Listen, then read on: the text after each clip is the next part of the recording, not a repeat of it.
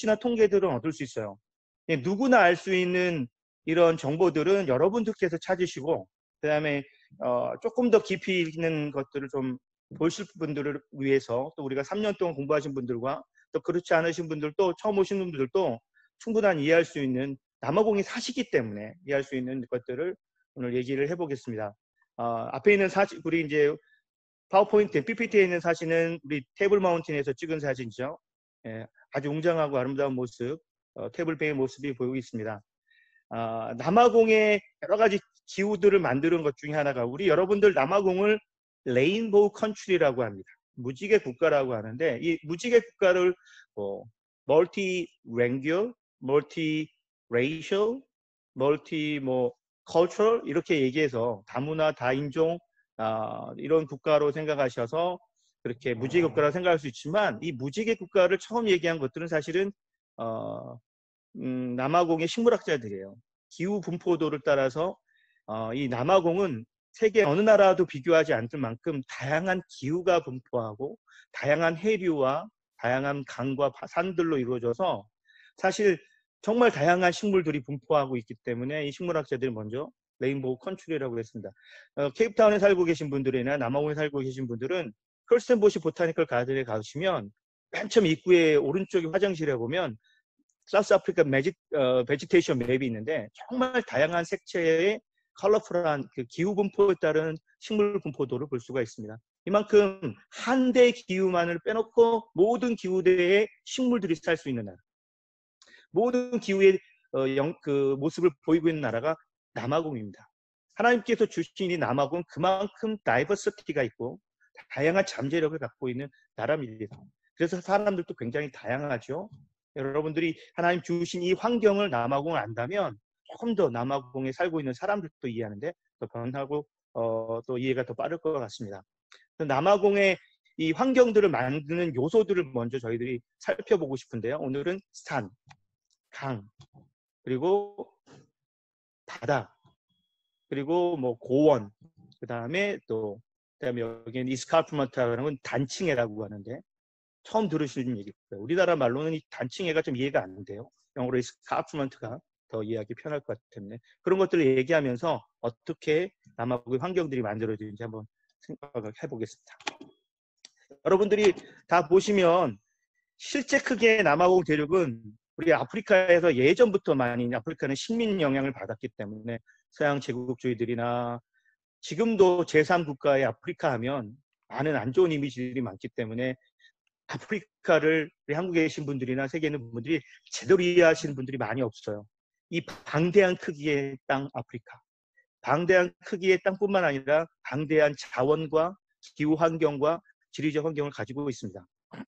여러분들 이런 걸 보실 수 있고요. 그래서 이 큰 지도를 보면 왼쪽에 있는 지도는 많이 공개된 지도인데, 이제 입체적으로 오른쪽에 있는 지도들이 뜨더라고요. 여기 보시면 중국, 미국, 인도, 일본, 서유럽 국가 모든 나라, 동유럽의 어떤 국가들 또 이렇게 다 합친 크기만큼의 아주 큰 나라가 실제적으로 이건데, 옛날 지도에 보면 서양 열강 제국주의자들이 만들어 지도 굉장히 작게 돼 있죠. 남아공도 사실 실제 크기가 우리 남한의 10배 정도 크다 이렇게 생각하시면 될 만큼 큰 나라입니다. 인구는 우리나라 인구랑 비슷해요. 예, 정확한 숫자 여러분들이 알아보십시오.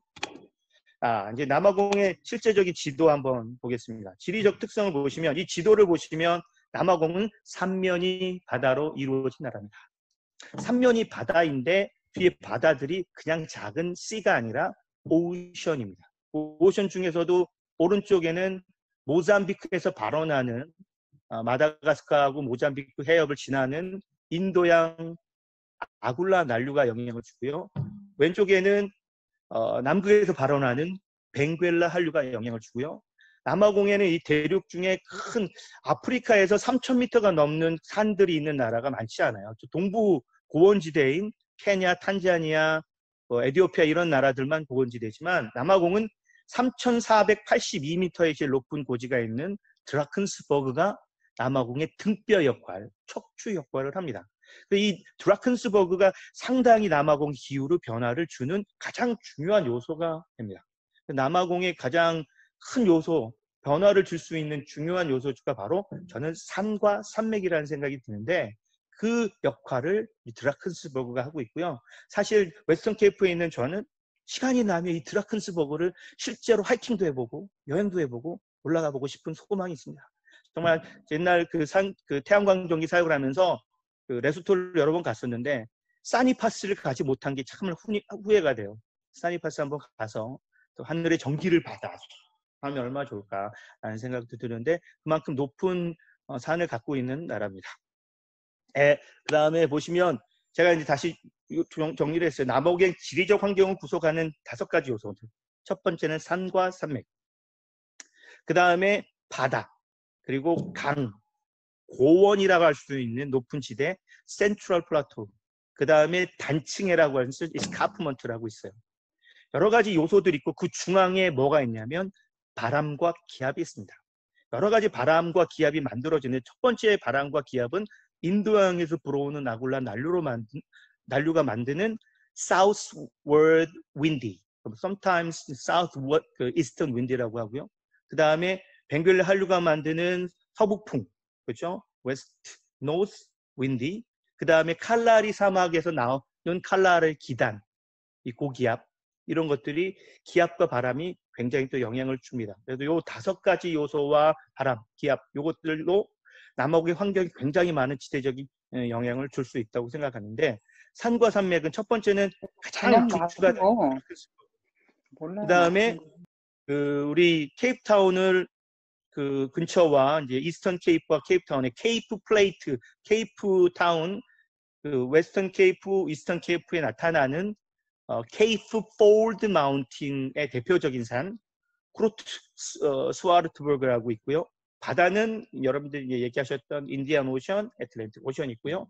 강은 또 이 남아공의 강이 굉장히 중요한 수자원이죠.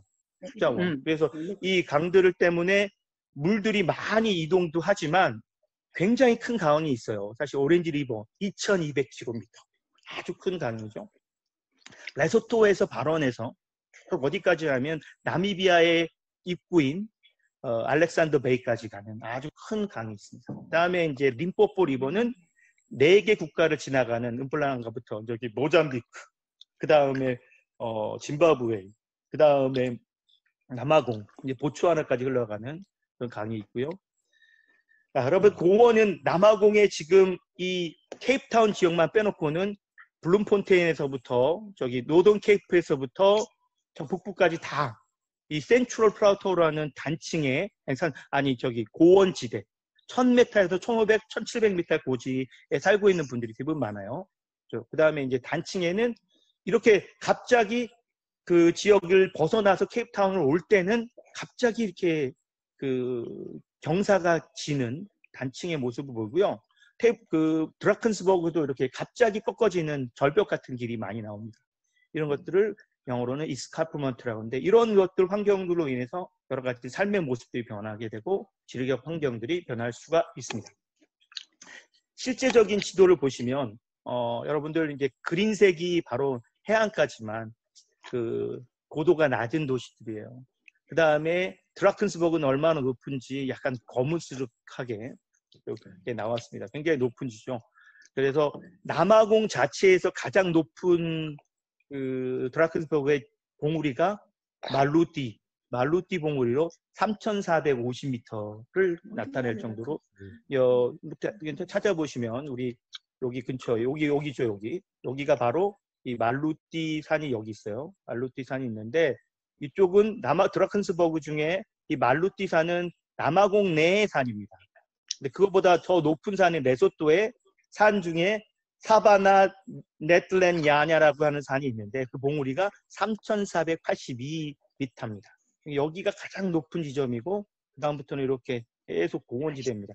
여러분 여기가 로큰펠크 버드크라고 해서 또 큰 산이 있고요. 여기가 이제 어떤 산이냐면 크루트 스와르트버그라고 하는 그 산이 있습니다. 이렇게까지가 이제 다 단층해가 나타나요. 이스카프먼트가 이렇게 쫙 이렇게 보시면 이런 것들이 단층해라고 하는 이스카프먼트가 나와서 경사가 있는 절벽 이런 거 이해하시면 되겠습니다. 그래서 여러분들 남아공의 지질학적 특별 형태를 보시면 이 센트럴 플라토우라는 고원지대예요. 남아공뿐만 아니라 아프리카의 지형을 보시면 플래토우라는 고원지대가 나타납니다. 사람이 살고 있는 서아프리카만 빼놓고는 사하라 사막 이남에는 동쪽에는 그레이트 플라토우라고 해서 탄자니아, 에티오피아, 케냐 지역이죠. 거기도 고도가 높아요. 그렇죠? 이 남부 아프리카에서는 이 센트럴 플라토가 가장 큰 고원지대가 되겠습니다. 해발이 1000m에서 1500m, 1700m까지 또 드라켄스버그 쪽에는 3000m에도 사람들이 살고 있죠. 이렇게 하시면 이 남아공의 지질학적 특징은 두 가지로 이해하시면 편하겠습니다. Central Plateau, Great Escarpment. Central Plateau, Great Escarpment. 요걸 이해하시면 나중에 지질학적 이해를 더 쉽게 돌릴 수 있습니다. 야, 이 사진은 볼 때마다 가슴이 뛰어요. Magnificent Drakensberg. 이 드라켄스버그를 사람들이 얘기할 때 Valley of Spears of Africa, 아프리카의 창의 장벽이다라고도 얘기하고, 또 음악을 좋아하시는 분은 하늘이 주신 파이프 올간이다라고 얘기도 해요. 그만큼 아름답습니다. 남아공의 이런 산들이 정말 멋지게 분포되는데, 여러분 이렇게 산들을 보시면 단층에 이런 게 이스카프먼트예요. 나중에 이제 이스카프먼트가 왜 중요한지를 설명을 드리겠는데, 이스카프먼트는 여러분 창조과학자들이 얘기하는 가장 중요한 지표가 됩니다. 증거가 되는 거죠. 이건 갑자기 퇴적이 된 게 아니라 홍수가 나서 깎여버리고 쓸려간 흔적들이라고 할 수 있는. 그래서 이 스카프먼트가 나타나는 지역은 사실은 이 미국 사람들이, 미국의 창조과학자들이 먼저 주장할 때 콜로라도나 그랜드 캐년을 얘기하면서 많이 얘기했는데, 사실 아프리카에 와서 놀라는 거예요. 나미비아에 있는 피시강의 피시 캐년이나 블라이드 캐년이나 임블라냥가에 있는 또 골든 게이트나 또 여러 가지 산들을 보면 정말 이 이스카프먼트가 자세하게 정말 눈에 보일 만큼, 높이 가서 보지 않아도 보일 만큼 잘 나타나고 있어요. 그래서 이 창조과학자들 다시 중요하게 지질학적으로 생각하는 나라가 남아공, 남부아프리카입니다. 여러분들 이제 그 남아공의 어떤 캐년들을 보시면 이쪽에, 우리 김지성 교사님 우리 나중에 꼭 같이 가죠. 블레이드 캐년이라고 해서 음플랑가에 있는 정말 아름다운 캐년입니다. 강들이 뱀 모양 사행천을 이루고 있는데, 콜로라도 그 캐년을 비교해서 더 아름다워요. 더 그린색이 많고.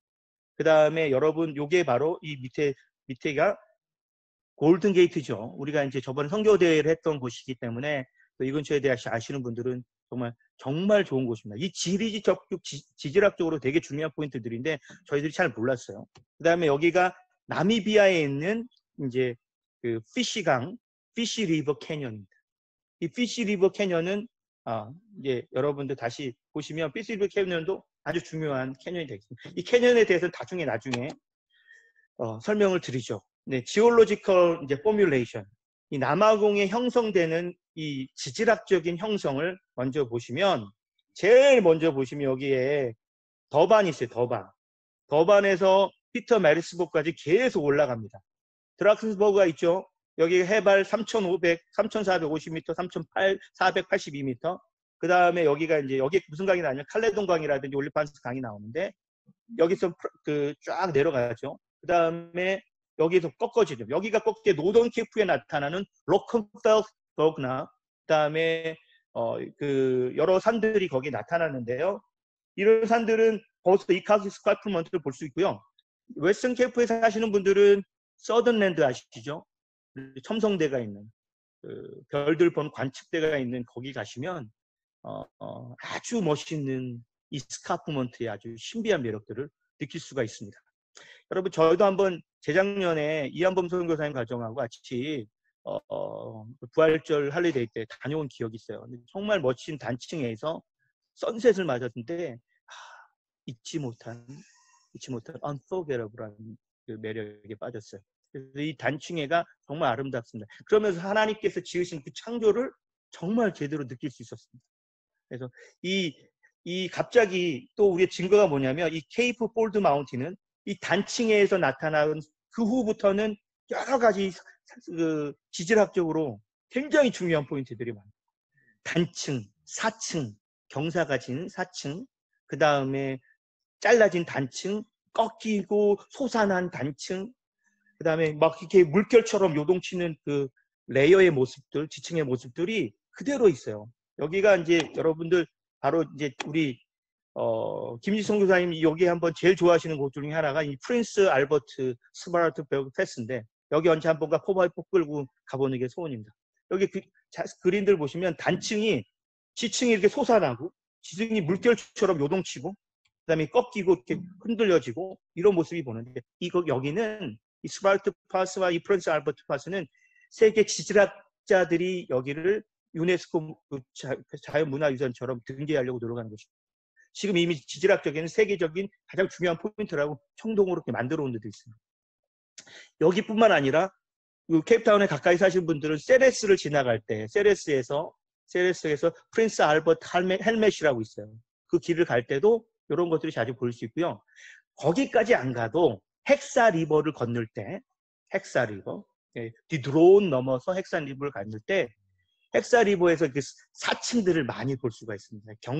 갑자기 경사가 딱 지다가 끊기고 산처럼 됐는데 사층들을 많이 볼 수가 있는 것들이 갑작스러운 홍수로 인해서나 갑작스러운 그 지각의 변동을 이루어서 만들어진 지질학적인 모습들을 볼 수가 있습니다. 그래서 이쪽은 여러분들이 보실 때는 이 지질학적 모습 때문에 많이 꺾이고 많이 용토름하고 변화되고 튀어진 모습들을 볼 수가 있어요. 그러면 또 넘겨서 그래서 이 센트럴 스타트에 보시면 여기 산에 로크펠트 마운틴이 있고요.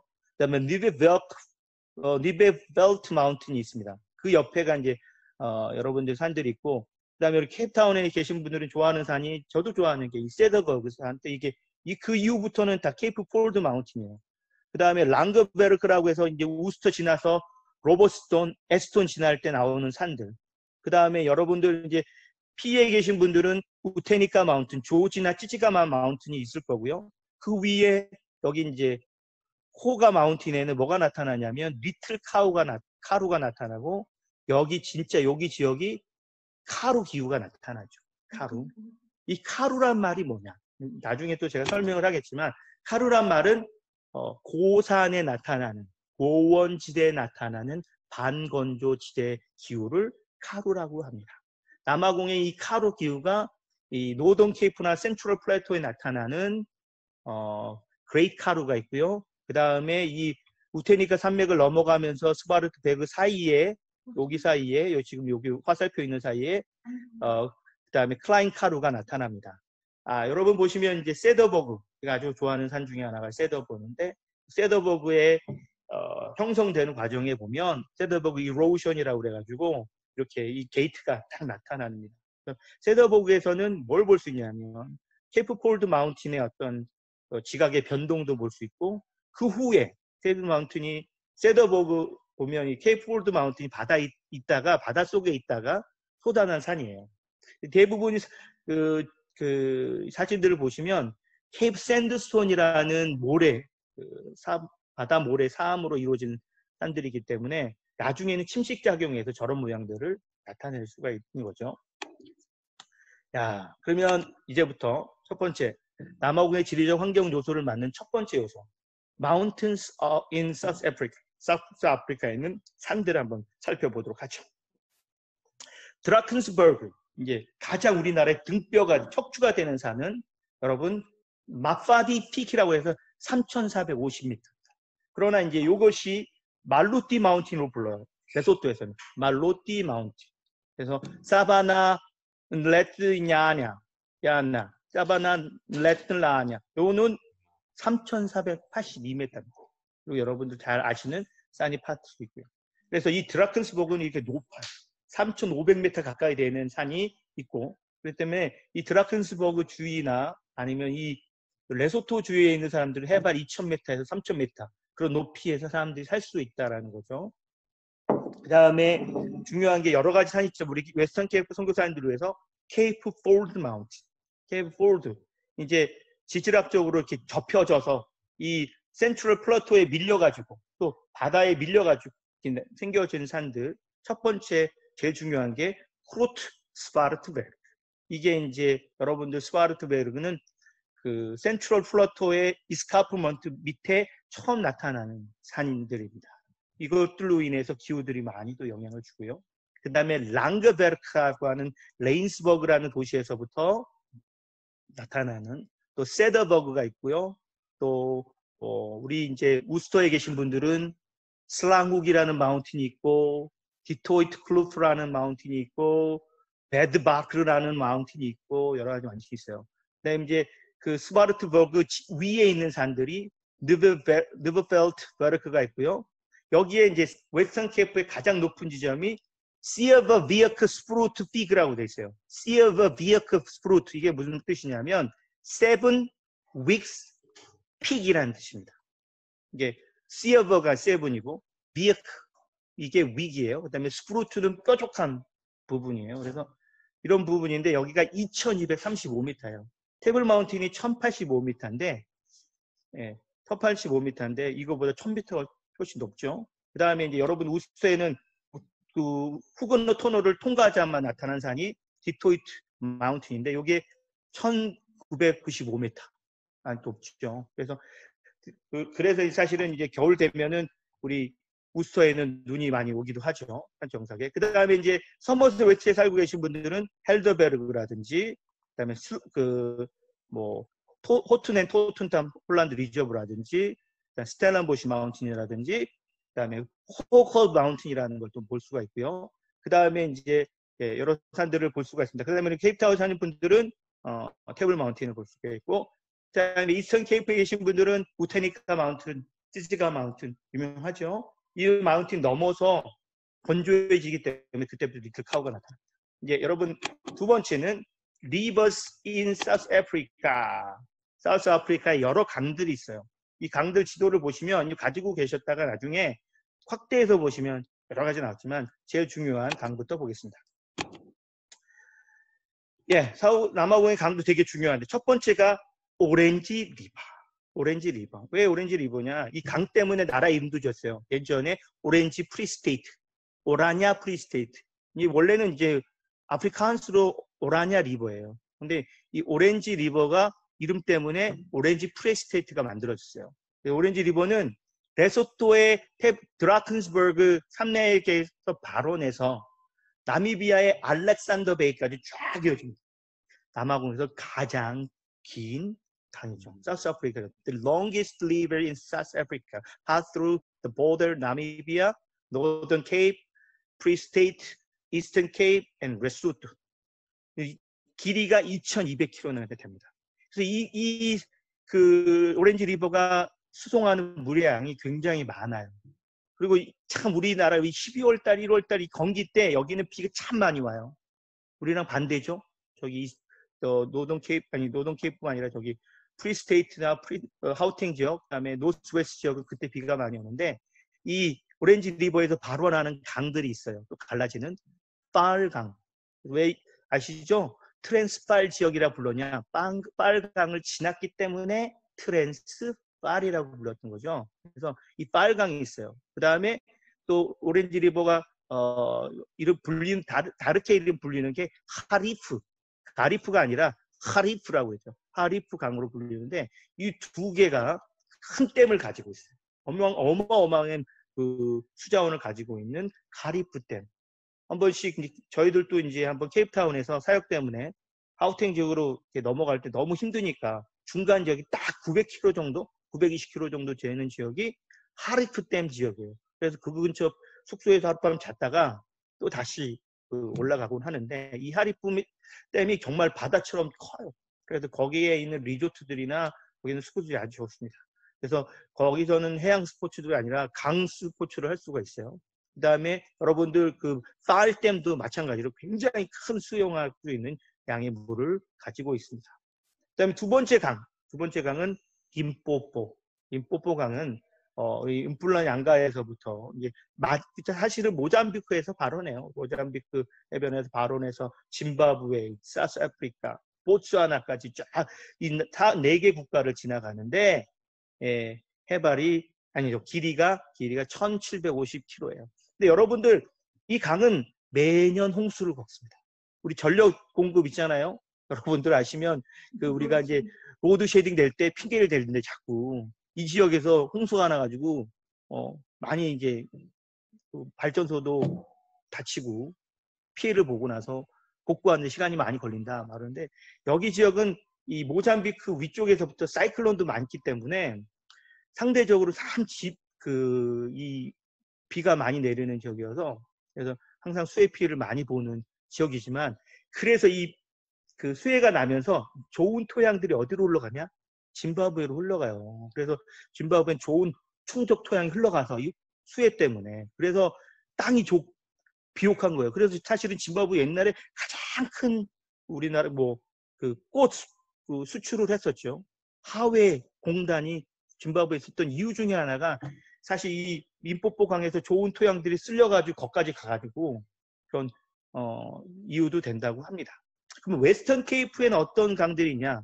우리 이제 사실은 시몬디움, 저기 프렌치욱이나 또 볼란드 선생님 그 지역 선교사님들은 이 베르그 리버는 잘 아실 거예요. 베르그 리버가 큰 댐을 가지고 있죠. 그 다음에 이제 우스터 사신 분 말고 저기 스왈런 댐이라든지 이런 지역을 가다 보면 이 프리드 리버가 있는데 이 프리드 리버도 참 긴 강이에요. 웨스턴 케이프에서는. 그다음에 이제 그 세더버그 근처에서 바로 나는 올리판스 리버. 그다음에 이제 뒤도론 가기 전에 이 토브 리버도 어디까지 흘러가는데요? 월드니스까지 흘러가요. 거기서부터 그렇게 강이 있고 이스턴 캠프에 계신 분들을 생각하면 그 다음에 좋은 큰 강이 여러분 바르톨로메오 디아즈가 갔던 강, 그레이트 피쉬 리버가 있죠. 그레이트 피쉬 리버도 아주 큰 이스턴 캠프의 강 중에 하나고 그레이트 K강이 있어요. 그래서 이 K강을 지나서 아을이 생긴 게 트랜스 K입니다. 트랜스 카이. 그래서 카이강이 있었는데 이 트랜스 카이, 그래서 트랜스 카이는 이 강 때문에 이름이 생긴 거예요. 트랜스 카이는 이 K강을 지나서 만든 도시들, 흑인들의 어떤 비밀들, 트랜스 카이가 있고 거기에 세시케이, 트랜스 K가 있습니다. 이 강 세 번째, 이 산 강을 보세요. 너무 멋지지 않으세요? 저기 위에 이렇게 넓게 파노라마 뷰로가 되어 있는 것이 요게 바로 오렌지 리버예요. 근데 오렌지 리버는 여러분 그 칼라리 사막이 나미부 사막에서부터 칼라리 사막을 지나서 쭉 가기 때문에 이 노동 케이프나 카로 지역을 반건조 지역을 가기 때문에 사실 이 지형들이 보시면 약간 저런 형태들의 지형들이 나타나죠. 예, 그림도 다음에 옆에 보시면 오렌지 리버가 갈라지는 모습을 보실 수가 있어요. 오렌지 리버 쭉 가고요.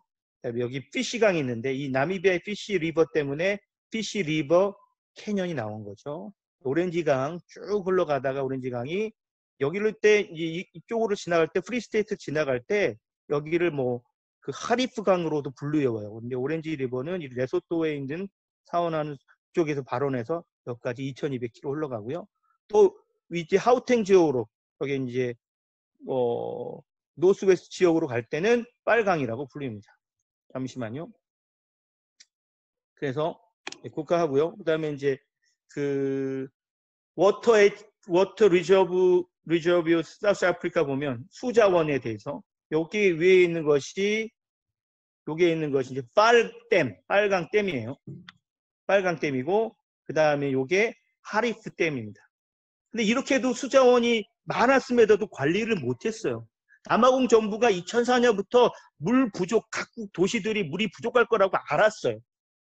학자들은 1997년부터 물 부족을 예상을 했어요. 그래서 더 많은 댐을 준비하고 수자원을 하자. 그래서 이 사람들이 맨 처음에 이 수도가 어디예요? 프레토리아잖아요. 프레토리아 하우탱 지역에서도 물난리를 겪었어요. 1994년에 굉장히 물난리를 겪었대요. 그래가지고 물이 필요하니까 물 어디서 갖고 와야 될까? 하리프 댐에서부터 빨댐에서는 일찍 갖고 왔는데 거기도 부족했어요. 어디로 갖고 오냐면 레소토에서. 레소토에 보시면 여기 까치댐이 있어요. 까치댐. 까치댐에서부터 이 빨간색 수로를 연결해가지고 베들레헴이 지나서 프리스테이트에서부터 프레토리아까지 물을 빨강까지 연결하는 이 수로 공사가 사실은 어마어마한 공사죠. 레소토 가신 분들은 까치댐을 아시는데 까치댐에서부터 물을 남아공이 아주 싼 가격에, 그 당시에 말하면 거의 싼 가격에 돈을 주고 물을 갖고 오는 거죠. 관리비, 운영한 모든 기술자를 개고. 그래서 사실은 이 안타까운 게 레소토는 사실 가보셨지만 물이 굉장히 부족해요. 이제 공업용수, 농업용수 부족한데 이미 남아공에서는 이미 수로를 만들어 수관을 만들어서 물을 가지고 온다는 그런 사실 때문에 이미 그때부터도 물 부족을 예상을 했는데 웨스턴 케이프에 2015년부터 2018년에 가뭄이 났을 때도 이 이제 뭐 학자들은 이 비판을 많이 했어요. 오래전부터 대비를 해서 댐을 만들고 수자원을 확보하지 못했던 인구 증가에 비해서 인구 증가하는 속도에 비해서 수자원 확보를 못한 것이 그 가뭄을 만드는 가장 또 가뭄 때문에 고통을 만드는 이유가 되었다고 생각을 합니다. 기후적으로 가뭄도 있었지만 강목이 그 전에 아파테이크 이전부터 해왔던 물 수질 관리나 관수 관리 때문에 이런 것들을 관리를 못했기 때문에 이런 인재가 나왔다고 해도 관이 아니겠습니다. 그러면 이제 중요한 거 여러분들 요 사진 되게 중요해요. precipitation, arid area 보면 맨 처음에 여기 빨간색으로 된 warm moist air는 아굴라 난류 때문에 모잠비크에서 발원하는 아굴라 난류 그 다음에 서쪽은 차고 건조한 벵괸라 한류가 영향을 사실 여러분 우리가 남아공에 보면 이게 되게 중요한 건데요. 여기는 칼라리 사막이에요. 칼라리 사막은 원래 고지대니까 고원의 찬 기후대, 건조한 기후대를 만들고 사막이니까. 사막에서 기단이 만들어질 때는 그 여러분 습기가 있겠어요? 없겠어요? 별로 없어요. 습도도 없는 건조하고 차가운 이 칼라리 기단이 있는데 여름에는 영향을 못 주는 거죠. 왜냐하면 아주 빠르게 이동하는 이 모작 그 아굴라 난류는 굉장히 속도가 빨라요. 이 빠르게 이동하는 이 고온 다습한 아굴라 난류가 드라켄스버그를 넘어가면서 굉장히 많은 비를 뿌립니다. 엄청나게 양을 많이 뿌려서 이 지역에는 번개도 많이 일어나고 가끔 추울 때는 우박도 진짜 많이 떨어지고 그다음 비도 많이 오죠. 엄청나게 엄청난 강수량을 나타내고 그러나 이 콜드 벵괸라 한류는 차가운 고기압은 또 의외로 천천히 이동해요. 굉장히 속도가 느리면서 근데 이 차가운 기온은 차고 건조합니다. 그럼 여름에는 차가운 기온은 약해지고 건조한 기온만 강해지는 거죠. 그래서 사실 이렇게 여름에 이 지역에 그 건조 현상이 일어나는 거는 여러분들도 아시다시피 사실 여러 가지 현상들 중에 뭐가 있냐면 여기에 그 한류 기후의 특성 중이 나타나요. 그래서 이 한류의 끝에는 사막이 나타납니다. 그래서 나미부 사막, 칼라리 사막이 나타나는데 그걸로 인해서 이 지역은 더 건조해질 수밖에 없는 데다가 이 고온 다습한 이 아굴라 난류의 사우스 이스트 윈디가 드라켄스버그를 넘어가면서 비를 다 뿌려요. 그리고 이 스카프를 넘어오면서 스바르크버그를 넘어올 때는 더운 훈풍이 되는 거예요. 이미 비를 다 뿌렸으니까. 페인 현상처럼. 그래서 여기는 더블로 더 건조해지는 거죠. 그래서 이제 이런 것들이 나타나는데 이렇게 이 건조해지기의 원인은 되는 건 뭐냐면 그 엘니뇨 현상처럼 바다가 더워지니까 급해지는. 그래서 이 가뭄에도 영향을 줄 수가 있는 거죠. 그러면 이제 이런 그 형상을 나타내 주셔서 남아공의 주교한 두 번째 이제 강과 이제 세 번째 바다를 two different character of ocean, two different ocean이 있어요. 첫 번째는 여러분 잘 아시는 인디안 오션, 아굴라 웜 커런트. 아굴라 난류예요. 이게 평균 온도가 20도에서 22도인데 이게 세계 여러 가지 5대양 6대 중에 해류가 있는데 그 중에서도 가장 빠른 해류 중에 하나예요. 세계에 없는 해류 중에 남대서양, 남태평양, 북태평양 여러 가지 해류들이 있습니다. 멕시코 만류 뭐 이런 해류도 있는데 그 중에 가장 빠르게 이동하는 해류입니다. 이게 빠른 이동과 더운 고온 다습한 것 때문에 기후 변화가 많은 거예요. 그리고 국지성으로 비가 많이 올 때도 생기는 거예요. 자, it reach 스피드가 어느 정도 하면 1시간에 9.3km를 간대. 엄청 빠르죠. 9.3. 그 다음에 7천만 큐빅의 미터 그 물을 수송을 해요. 물을 운반을 해요. 굉장히 빠릅니다. 아굴라 난류는 그 평균 온도가 20도에서 25지만 그 수표면의 온도는 24도에서 26도를 나타내고 있습니다. 그래서 굉장히 빠르게 이동하기 때문에 성격이 급해요. 아굴라 난류의 중성은 뭐냐면 좀 성격이 급하니까 그 기후 변화나 기압의 변화를 자주 만든다는 거예요. 어떨 때는 성격이 변하기 때문에 갑자기 비를 막 뿌렸다가 갑자기 바람만 뿌렸다가 갑자기 우박을 뿌렸다가 성격이 급한 이 아굴라 난류라는 놈이죠. 그 다음에 두 번째는 애틀랜틱 오션. 이건 벵겔라 한류인데 벵겔라 한류는 남극에서 발원해서 차갑죠. 근데 이게 굉장히 폭이 넓습니다. 폭이 200에서 200km, 300km예요. 굉장히 넓게 천천히 움직여요. 어느 속도냐면 여러분 아굴라 난류는 9.3km예요. per hour. 근데 이거는 0.2에서 0.5km예요. 천천히 이동하는 거예요. 그래서 참 재미난 게 뭐냐면 여러분은 캠스베이 가보셨어요? 시포인트 앞에 바닷가 가보셨어요? 여름에도 발을 담그면 눈이 빠지게 할 정도로 차갑습니다. 한 5분 정도 이렇게 발 담그고 있는 것도 어우 발 시려 이렇게 느껴요. 왜냐하면 이 차가운 해류가 천천히 이동하기 때문에. 그런데 이 천천히 이동하기 때문에 좋은 게 있습니다. 뭘까요? 천천히 가기 때문에 플랭크톤이 아주 많다는 거죠. 좋은 남극에서 가져온 좋은 플랭크톤을 충분히 가져갈 수 있는. 그렇기 때문에 살다나 베이에서 수산업이 발달한 거예요. 살다나 베이 이 우리 케이프타운의 웨스트 케이프에서 가장 남아공에서 가장 큰 수산물 가공 공장이 생겨요. 꽁치, 정어리. 그다음에 여러분들 뭐 여러 가지 생선들이 거기서 잡힙니다. 그래서 여러분 남아공이 감사해야 돼요. 꽁치 통조림이 이렇게 싼 나라가 없어요. 우리 남아공 그 유동 골뱅이 아침일 것처럼 꽁치 통조림 우리나라 비싸요. 여기는 굉장히 싼 편이에요. 되게 많이 잡힌다는 거는 천천히 흘러가는 플랭크톤이 많은 영양가 많은 대서양인데, 그러나 대서양의 성격은 차고 건조한 거예요. 차고 건조하기 때문에 가다가 천천히 가기 때문에 영향을 많이 주는데 건조한 영향을 많이 줍니다. 그러니까 케이프타운에 보시면 이 웨스트코스트는 여름에 더 건조해요. 그러나 그 고든스베이나 그쪽으로 가면 고든스베이 그쪽 우리 호튼테 토튼 리저브를 가다 보면 조금 더 나아요. 거기는 그래서 사과 농장이 많죠. 크라보나 엘진이나. 그러나 웨스트코스트는 사과 농장 이런 것들 만들 수가 별로 없어요. 그래서 거기에는 여러분도 알겠지만 마머스베리 같은 데 보면 여름에 무슨 농업이에요? 밀농업. 강수량이 많이 필요 없는 농업. 밀밭이 쫙 이어지죠.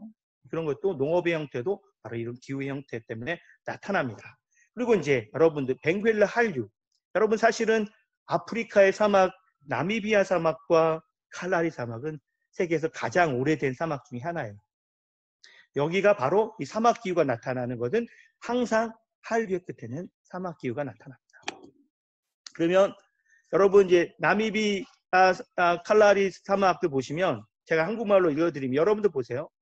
한류의 영향을 받는 해안에서는 한류의 영향으로 발달하는 사막.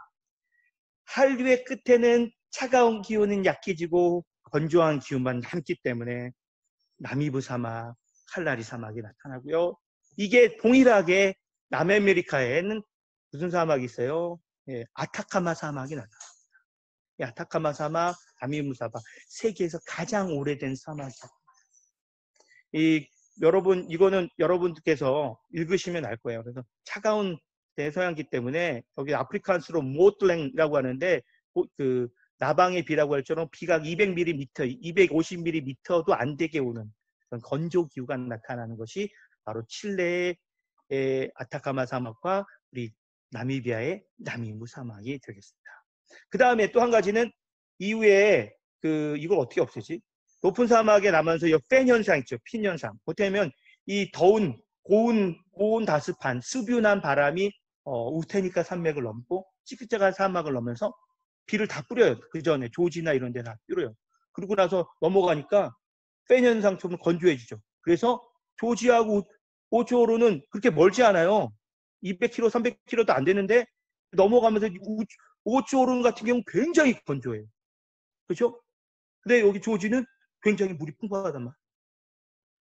농업도 잘 되고 골프장도 아주 멋진 데가 있고, 그러나 오초로는 아주 건조하죠. 이런 것들이 바로 팬 현상에 의해서 습유나 고온 다습한 바람이 넘어가다가 비를 다 뿌리고 그때는 건조해져서 훈풍이 돼서 쫙 내려가는 기어들이 바로 이게 리틀 카우를 만든 겁니다. 그리고 그 위에 카루는 바로 이 아굴란 한류, 아굴란 한류가 아니라 바로 벵구엘라 한류가 끝에서 건조해지다 보니까 거기에는 카리 기후를 만든 겁니다. 아시겠죠? 넘어가겠습니다. 그러면 나미브 사막과 칼라리 사막 보십시오. 여기가 이제 그 나미브 사막, 그렇죠? 우리 여러분들 아시고 싶은 나미비아예요. 나미비아 정말 가보고 싶어요. 여기가 이제 칼라리 사막이고 보츠와나입니다. 여기는 그레이트 카루. 여기가 이제 그렇게 그 플래토우, 센트럴 플래토우 쪽하고 이스카프먼트 쪽하고 그다음에 여기가 이제 리틀 카우는 이렇게 나타나는 거죠. 그 조지, 그다음에 그 우테니카 산맥은 나이지나를 넘어가는 그쪽은 또 오츠오른이라는 지역은 또 칼리지 도르프 이런 데는 바로 리틀 카우를 나타냅니다. 야, 여러분 이제 대부분 설명을 다 드렸어요. 이제 질문해 볼게요. 제가 스스로 3월에는 왜 산불이 많이 날까요? 첫 번째, 3월은 이제 여름이 끝나갑니다. 2월, 3월 여름이 끝 무렵이에요. 이미 덥고 건조해진 날씨. 이 웨스턴 케이프 같은 이미 더워졌어요. 이미 대지는 달구어졌어요. 굉장히 달구어졌는데 이미 대지 내륙은 굉장히 달구어졌는데 바람이 불어요. Southern East Wind가 붑니다. 그리고 팬 윈디가 나타납니다. 이렇게 팬 현상에 대해서 여러분 이렇게 설명을 해놨어요. 그런데 왜 산불이 많이 나타나냐면 중요한 거는 바람 때문에 그렇습니다. 바람이 많이 불어요. 2월 4월은 계절이 바뀌면서 바람이 많이 생깁니다. 바람은 왜 생기냐? 저 네이버 창에 물어보니까 기압차 때문에 생긴대요. 기압들이 변하는 거예요. 여름에는 더운 기압이 고기대가 딱 자리를 따고 크게 힘을 강하게 도미넌트 했는데 이제 이 여름이 지나면서부터 이 기압이 서서히 약해지면서 올라가는 거예요. 그러니까 내륙 그 바다에 있는 또 찬 기압이 차가운 고기압이 쭉 옵니다. 서로 충돌하는 거죠. 그러면서 빠져나가면 그 사이로 싹 빨리 지나가는 거죠. 이렇게 또 여기가 약해지면 이쪽에 싹 지나가게 되고 사우스 이스트 윈디가 싹 훈풍이 돼서 지나가기도 하고 또 팬 바람이 또 싹 지나가게 되고 이 기압차가 많이 나타납니다. 그래서 2월, 3월에는 생각보다 기압차가 많이 나타납니다. 그러나 1월, 2월, 12월은 아예 덥기 때문에 기압차가 안 나요. 1월, 2월에는 그래서 사람들이 부주의해서 인재에 의한 산불은 나지 바람에 의한 산불은 적었다는 거죠. 여러분 2015년에 큰 뮤젠버그 실버마인의 산이 다 태워졌고요. 고든스베이가 다 탔습니다. 그죠? 올해도 디토이트 클루프 다 탔어요. 그다음에 작년에는 프렌치욱의 산이 탔어요. 만들 산불들이 일어나는 원인들이 2월, 3월에 나타난 요인들은 뭐냐면 이미 덥고 건조한 날씨, 더워진 대륙, 그리고 서던 이스트와 팬 현상이 같이 동시에 일어나고 바람이 기압차 때 여러 가지로 세져 버리니까 불이 빨리 번진다는. 그래서 사실 2015년에 또 어디 산불이 크게 났냐면 2016년인가요? 우리 플래턴버그 베이나 나이지나나 이런 데에 우리 가든 루트에 큰 산불이 나서 인명피해까지 입었잖아요. 이런 부분들이 이런 현상들 때문에 바람 때문에 큰 불이 번지는 것을 나타낼 수가 있습니다. 그러면 또 왜 내륙은 건조하고 추운 겨울이 나타날까요? 여러분들 칼라리 사막이 있는데 칼라리 사막이 겨울에는 차고 강한 고기압을 만듭니다. 이 차고 강한 고기압이 이 크게 밀려와요. 내려와요. 그래서 내려와서 다른 수분양 기후를 몰아내요. 그래서 오로지 저기 그 이스트 코스트 해안가만 좀 비가 오지 드라켄스버그 주위에 그다음에 이 센트럴 플라토에는 이 칼라리 고기단이 영향을 쫙 줍니다. 차고 건조해. 사실 사막이 추울 때는 엄청 추워요. 밤에는. 그 춥고 건조한 기운이 쭉 내려오기 때문에 이 프레토리아 그다음에 프리스테이트 이런 데는 차가우고 고지대가 아주 추워지는 거죠. 이 고지대는 추운데 상대적으로 눈이 많이 안 와요. 그죠? 겨울에 눈이 많이 오고 비가 많이 안 옵니다. 가끔은 오는데. 왜 그러냐면 바로 왜 우리 웨스턴 케이프는 겨울에 비가 많이 올 수밖에 없지만 이 고단지대는 차고 건조한 칼라리 사막이 크게 남아하기 때문에 비가 없는 거죠. 눈이 별로 없고 오히려 여름에 프레토리아시에 계신 양승록 선교사님 더 건조해요. 거기가 아주 건조해요. 그죠? 그리고 춥고 건조해서 저는 프레토리아 올라갈 때마다 우리 웨스턴 케이프 선교사님 뭘 가져가냐면 립밤을 가져가요. 립밤. 입술이 다 갈라지기 때문에. 그렇죠? 여러분들 뭐 김일성 교사님 그 프레토리아나 그 레스토 그 강의하러 가시면서 깍 준비하는 거 립밤 이거 준비하시죠. 건조할 때는 굉장히 건조해지기 때문에 이 바로 그것이 칼라리 사막의 고기압 영향 때문에 그렇다라고 얘기하시면 되겠습니다. 그러나 남아공 칼라리 양고기가 맛있나? 그렇죠. 좋은 질문입니다. 왜냐하면 칼라리나 이 카루의 고기들이 왜 맛있을까? 야, 이거 진짜 우리 좋은 질문이에요. 칼라리나 왜 그 카루의 고기들이 값이 좋을까? 왜 그럴까요? 첫 번째, 건조하기 때문에 병충해가 적습니다. 그리고 병충해가 적고 이 건조한 풀을 따라서 이 양들이 많이 움직여요. 많이 움직이기 때문에 지방이 상대적으로 적습니다. 그래서 육질이 좋은 고기가 나타납니다. 그렇기 때문에 사실 프레토리아에는 오래전부터 고산에 우리 대관령 아시죠? 개마고원 아시죠? 옛날 북한에도 개마고원인데 그 북한에 있는 개마고원에서 나는 고기들이 맛있다고 그랬어요. 그리고 우리 대관령 고기들이 맛있는 게 겨울에는 차고 건조해지고 고원에 있는 고기들이 맛있습니다. 그래서 우리나라 모구천 대관령이 많이 있어요. 그래서 고운 고기들 생산하듯이 여기도 마찬가지로 프레토리아나 노스웨스트 블룸폰테인이나 이런 데는 가축 농장들이 어마어마하게 큰 공장이 많아요. 그래서 양송송 교사님 양고기 브라이는 사실은 저는 저쪽 이 프레토리아나 북쪽에 있는 양고기 브라이가 더 맛있는 것 같아요. 소고기도. 근데 돼지고기나 다른 고기는 또 여기 그 케이프타운이 또 맛있는 것 같기도 하고요. 그런 차이가. 김일성 교사님 답이 됐습니까? 예, 아니 그래서 칼라리 고기 압이라고 그래서 나는 칼라리 고기 압 그래가지고 양고기가 맛있구나. 아재 개그였구나. 예. 예, 그래서 첫 번째 여러분들이 이렇게 사진들 보시면 여러분 나중에 참고로 남아공의 폴리티컬 수도며 이런 것들을 그다음에 강우량이라는 것들을 보실 수가 있겠고요. 끝으로 우리가 살고 있는 테이블 마운틴의 이 웅장한 모습을 보십시오. 야, 구름이 쫙 깔렸을 때 이거는 대부분 이제 계절이 바뀌는 환절기에 나타나는 현상이죠. 운해가 쫙 깔리는 모습 보시죠? 이 운해가 딱 깔릴 때는 언제냐면 대서양이 강성해져서 벵글 한류들이 쫙 밀려올 때 이 대지 더운 공기들하고 충돌해가지고 그다음에 어떻게 이렇게 쫙 중해가지고 이 구름들이 만들어지죠. 예, 예, 여러분 그렇습니다. 충전기 좀 갖다 주세요. 그다음에 여러분들 이제 테이블 마운틴에 민재방이 있어요. 테이블 마운틴에 보면 테이블 마운틴의 포뮬레이션 이렇게 돼 있습니다. 테이블 마운틴 보시면 테이블 마운틴의 중간 지대부터 밑바는 케이프 그래나이트. 그 다음에 위에서부터 정상은 케이프타운의 뭐냐면 세디멘츄리라고 하는 세디멘츄리라는 샌드스톤입니다. 그래서 샌드스톤이 영향을 주고 세디멘츄리 영향을 주는데 참 재미난 사실은 이 케이프타운에 계시는 분들은 요 부분이 데블스픽이잖아요. 데블스픽과 테이블 마운틴은 원래 다른 산이었어요. 만멜스베리 그룹이었는데 이 케이프 볼드 때문에 밀려오면서 대륙붕으로 만들어진 것이 테이블 마운틴인데 이게 서로 만나게 됐죠. 밑반이. 이게 이제 지질학자들이 얘기하기에 2000에서 3000만 년 전에 이렇게 만들어졌다고.